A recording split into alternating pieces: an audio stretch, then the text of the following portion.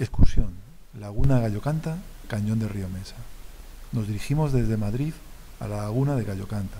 Antes hicimos una primera parada en Molina de Aragón, donde pudimos comprobar que esta capital es una villa medieval, señorío independiente y a la que los avatares históricos han intentado modelando como si una hoz o un cañón se tratara.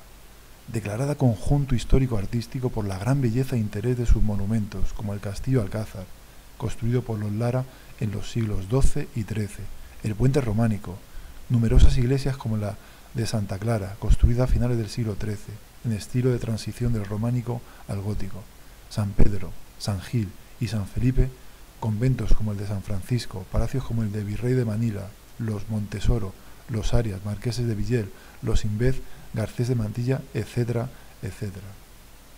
Una vez que compramos todo lo que necesitábamos, partimos hacia la Laguna de la Zaida.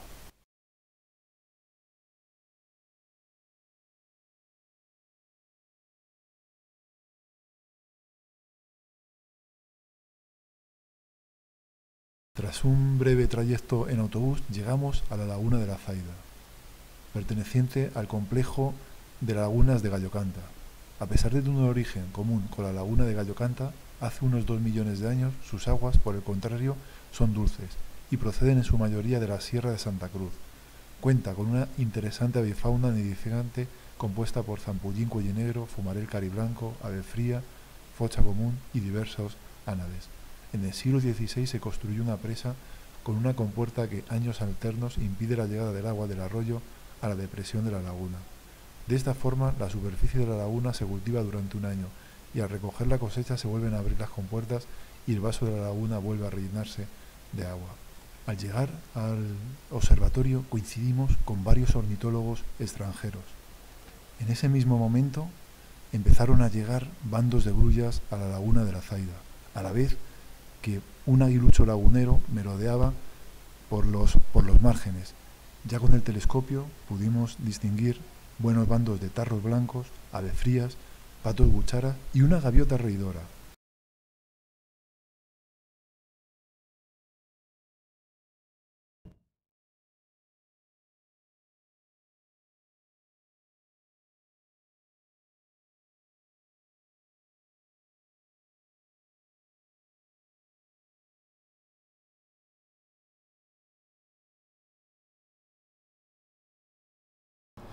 Desde la Laguna de Zaida nos adentraremos en el complejo de la Laguna de Gallocanta. Primero iremos a la ruta del Cañizar, al observatorio, después iremos a comer al pueblo de Gallocanta y terminaremos en el observatorio de la Reguera, dentro del término de las Cuerlas, y esperaremos en el centro de interpretación de Gallocanta del Bello la llegada de las grullas al dormidero.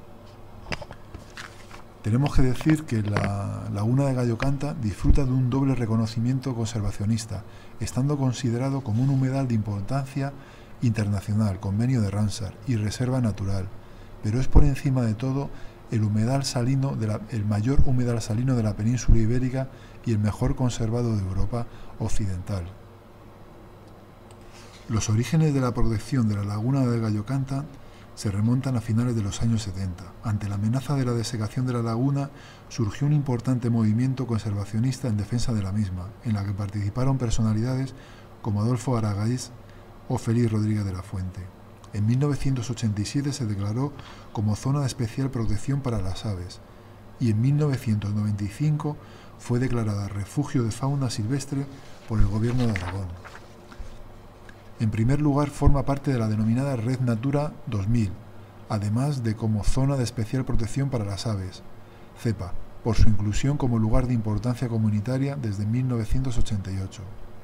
Su mayor reconocimiento internacional se da en 1994, cuando la Laguna de Gallocanta es incluida en la lista de humedales de importancia internacional, lista que incluye a humedales en función de criterios ecológicos, botánicos, zoológicos, limnológicos o hidrológicos. Ocupa parte de los términos municipales de Bello y Tornos, en la provincia de Teruel, y Gallocanta, Las Cuerlas, Berroco y Santez, en la provincia de Zaragoza. La laguna de Gallo Canta, con una extensión máxima de 1.400 hectáreas en años húmedos y una profundidad de más de 2 metros, es considerada, junto a la de Fuentepiedra en Málaga, la mayor laguna salada continental de Europa. Aunque tradicionalmente se le atribuía un origen tectónico, otros apuntan a un origen exclusivamente kárstico, constituyendo la laguna lo que se denomina un pollé o gran depresión de fondo plano de origen kárstico, formado por coalescencia de varias dolinas. Dentro de la cubeta de la laguna de Gallo Canta hay 3 unidades diferenciadas: el lagunazo grande central y los lagunazos, que constituyen un área palustre situada al sureste. La hidrología de la Gallo Canta está decisivamente condicionada por el régimen de precipitaciones de la cuenca. La mayor parte de las aguas fluyen por escorrentía hacia el fondo de la depresión, entrando a la laguna por pequeños arroyos. También hay aportes de agua desde los acuíferos situados en el propio vaso de la laguna a través de los denominados ojos, siendo estas zonas de gran interés, pues la mayoría de las aguas dulces con las salobres de la laguna origina una gran diversidad de flora y fauna. Los niveles de la lámina de agua sufren grandes fluctuaciones en función de la distribución y cuantía de las precipitaciones que recoge. Las condiciones de salinidad en la laguna, con concentraciones superiores a 16 gramos por litro con niveles de agua altos y hasta 105 gramos por litro con niveles bajos, impiden la presencia de peces. La flora de la laguna es rica y variada, siendo las comunidades litorales las más destacables, y su interés desde el punto de vista ecológico y botánico. Las comunidades más características del ecosistema lagunar son los prados salinas y los hábitats halófitos. Además de la flora, la fauna es otro valor ambiental de gran importancia, principalmente la avifauna, siendo la laguna de Gallo Canta un referente ornitológico a nivel internacional. Se han citado más de 220 especies diferentes, de las que más de 100 nidifican de modo regular, siendo las acuáticas el grupo mejor representado. La situación de la avifauna varía ampliamente en función del estado de la inundación de la laguna. Al no alcanzarse los mismos niveles de inundación, el predominio ha pasado a las nátidas de superficie, que pueden reunirse en invierno en millares de individuos de especies como el ana de azulón y la cerceta, el cuchara común o el tarro blanco. Los periodos de paso migratorio en primavera y finales de verano-otoño son los más adecuados para observar aves. La grulla común es la especie más emblemática de la laguna, pudiendo alcanzar cifras de más de 70.000 aves durante los picos migratorios y acogiendo más de 10.000 aves durante la invernada. Hoy nos ha dado un número de 46.000 nuestro guía Santi Villa. Las condiciones de tranquilidad en la laguna, la disponibilidad de alimentos en el entorno y la ubicación estratégica del humedal en la ruta migratoria entre las zonas de cría del norte de Europa y los cuarteles de invernada en el sureste peninsular son factores clave que permiten acoger tales contingentes de grullas. En el entorno de la laguna se encuentran muy bien representadas aves esteparias, abutardas, gangas ortegas y alcaravanes, así como grandes cantidades de calandria común, alondra y triguero.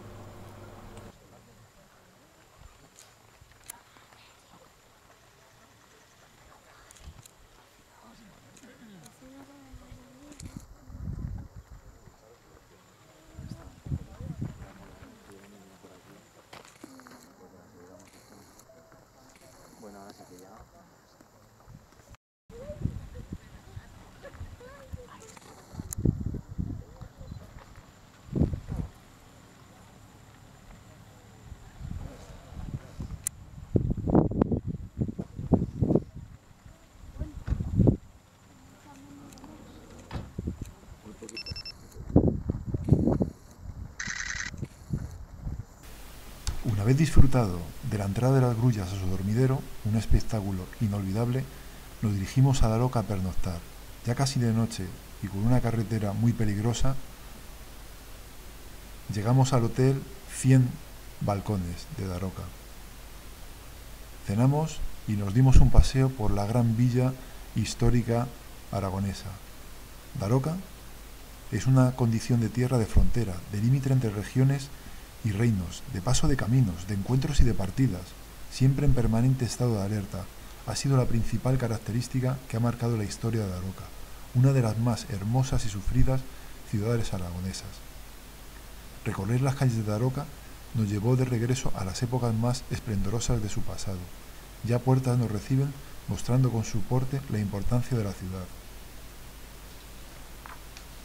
En esta visita nocturna vamos a disfrutar de los siguientes elementos: de la Puerta Baja, Fuente Ventecaños, el Ruejo, la Mina, el convento Hospital San Marcos, Puerta de Valencia, Barrio Judío, Recinto Amurallado, Calle Mayor, Colegiata de Santa María, Iglesia de San Miguel, Puerta Alta, San Juan, Santo Domingo, Paseo de la Fraternidad y el Ingenio.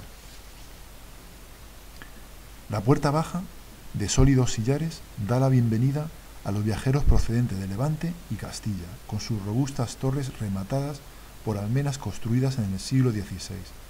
El arco rebajado que las une sirvió en el pasado como desagüe de un caudal natural que se creaba en los días de tormenta. A su vera se encuentra, y no pasa desapercibida, la portentosa fuente de los Ventecaños, levantada en el siglo XVII con la intención de mostrar al extranjero la riqueza de la que disfrutaba la ciudad. Por eso se halla junto a la Puerta Baja. Es uno de los pocos ejemplos de fuente monumental conservados en Aragón. Se construyó en 1639, años más tarde que las obras realizadas en la Puerta Baja, a la que acompaña para configurar una entrada triunfal a la ciudad.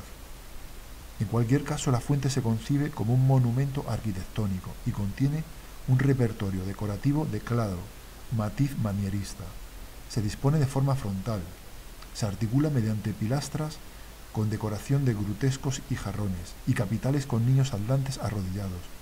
En la parte central, 3 de estas pilastras sostienen un friso, van coronadas por un frontón partido con volutas, entre el cual se coloca el escudo de la ciudad. Los caños de la fuente salen de la boca de 20 rostros muy desgastados por la erosión, entre los cuales se colocan como elementos decorativos fruteros con uvas y peras. Al lado se encuentra el ruejo, una especie de rueda de piedra que se abrió de golpe la Puerta Baja, evitando las graves consecuencias de la inundación de 1575. A unos metros se encuentra la entrada de la mina de Daroca. Es una de las obras públicas más importantes del siglo XVI en toda Europa. Se trata de un largo túnel de 600 metros de longitud, 6 de anchura y entre 7 y 8 de altura, que atraviesa el cerro denominado de San Jorge, al lado de del mismo lado de la ciudad de Daroca. La calle mayor de Daroca, columna vertebral de la ciudad, coincide con el fondo de un barranco, por lo que las avenidas torrenciales de agua, muy frecuentes, discurrían por el centro de la ciudad, siguiendo el trazado de la calle y ocasionando gravísimos daños. Para llevar a cabo este proyecto ambicioso se trabajó con el arquitecto francés Pierre Bedel. Seguimos nuestro paseo entrando en la Puerta de Valencia, que recibía a los viajeros procedentes del Levante. A su vez, da paso al Barrio Judío y Recinto Amurallado. Descendemos hacia la calle Mayor para entrar a visitar los diferentes elementos. Primero, la Puerta Alta. Por su parte, es de comienzos del siglo XVI y se levantó en sustitución de otra anterior. Un escudo de la ciudad destaca en el edificio, sobre el arco apuntado de buena sillería. Uno de los encantos de Daroca es sin duda sus murallas, construidas en distintas épocas, hasta el antiguo castillo, donde encontramos restos de la primitiva alcazaba musulmana y del que se puede disfrutar de una impresionante panorámica del conjunto urbano. Otro tramo recomendado es el que se ubica entre la Puerta Alta, el Cerro de San Cristóbal y la Puerta Baja, tal vez el más interesante del recinto. Ya en el caserío, en la Plaza España, el templo más importante y suntuoso de los que se levantan es la Colegiata de Santa María, en cuyo interior, de gran riqueza ornamental, destaca el baldaquino del Alta Mayor, dedicado a Asunción, así como el estupendo órgano del siglo XIV. La iglesia despierta interés, además, por ser la guardiana de la reliquia de los sagrados corporales, protagonistas de un milagro que durante siglos provocó que Daroca se convirtiera en un lugar de peregrinaje para los cristianos. Pero la importancia de esta ciudad en el pasado ha permitido que sean varios los templos que merecen la visita, entre ellos la iglesia San Juan y Santo Domingo. Tienen la peculiaridad de que su construcción se inició en el siglo XII, en el estilo románico, concluyéndose en el siglo XIII con técnicas mudéjares. Por este motivo, ambos son una referencia única de la transición entre los dos estilos arquitectónicos, constituyendo un legado cuya importancia artística se justifica en gran medida por la originalidad de su factura. Del románico es asimismo la iglesia de San Miguel, con sus sólidos muros de sillería y que esconde una auténtica joya en las paredes interiores del ábside, sus hermosas pinturas góticas, dignas de ser contempladas durante largo tiempo. De noche no se observa completamente todos los elementos de la ciudad, así que me levanto rápidamente y vais a comprobar la gran visión, el skyline de la ciudad desde el Paseo de la Fraternidad y el Ingenio. También quiero terminar con una poesía de Roberto Armillas. A ti, Daroca, por regalarme la energía que brota en un adoquín y por el viento que me soplas cuando mi vida se ahoga. A ti, que me viste perdido, que te clavaste en mi retina y alumbraste mi camino. Gracias por el coraje que contagias, porque estoy aquí abajo y tú me hechizas con tu magia.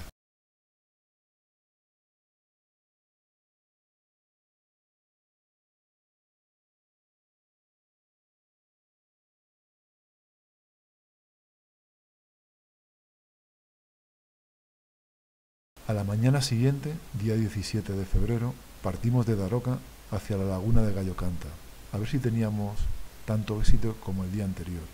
Primero, en la laguna de la Zaida, no había ninguna grulla. Después, al centro de interpretación del Bello, había poquitas grullas, un bando muy alejado. Así que decidimos, con buen criterio, ir hacia el cañón de Río Mesa. En el camino, hacia Nuévalos, cruzamos los pueblos de Cubel, Abantos, Monterde, hasta llegar a Nuévalos una vez pasados 30 minutos.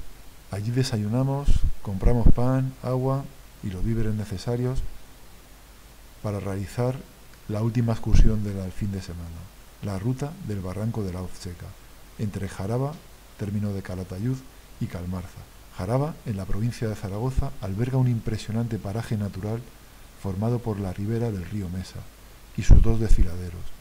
Las paredes calizas verticales de más de 100 metros de altura y su diversidad de colores hace que pasear por la Hoz Seca o por el cañón del Mesa sea todo un placer para los sentidos. Jaraba, Calatayud, es un sorprendente municipio de la provincia de Zaragoza. Decimos sorprendente porque cuando vemos esta localidad para pasar unos días no éramos conscientes de la gran belleza de esta zona en la cuenca del río Mesa. Pero cuando uno empieza a acercarse a esta villa se da cuenta que tiene un gran potencial, no solo paisajístico con sus elevadas paredes rojizas de piedra caliza, sino también por sus aguas termales, que atraen a numerosos turistas, así como su peculiar vegetación de pinares en zonas húmedas y de sabinas, tomillos y encinas en las zonas más secas. El principal atractivo de la zona son los 3 balnearios de aguas puras, con los que cuenta Jaraba. Estas aguas emergen a la superficie a una temperatura de 34 grados y son aguas oligometálicas, con propiedades diuréticas. Una vez entrado en la ruta del barranco de la Hoz, a la entrada tenemos el santuario de la Virgen de Jaraba. Se trata de un hermoso monasterio compuesto por la iglesia y la casa del santero, construido aprovechando una oquedad en la roca caliza. Una bella estampa que nos va a acompañar en los primeros pasos del sendero interpretativo. Es posible visitar el monasterio, pero os recomendamos informaros antes en la oficina de turismo.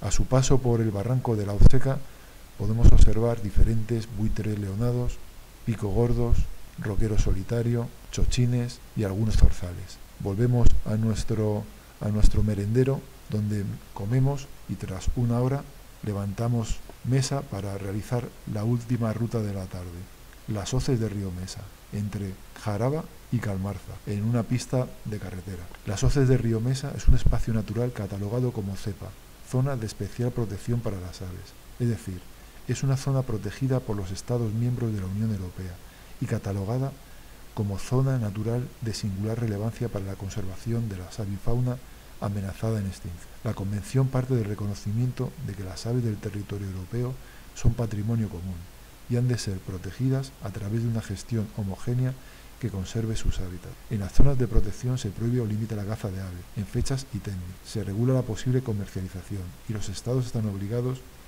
a actuar para conservar las condiciones medioambientales requeridas para el descanso, reproducción y alimentación de las aves.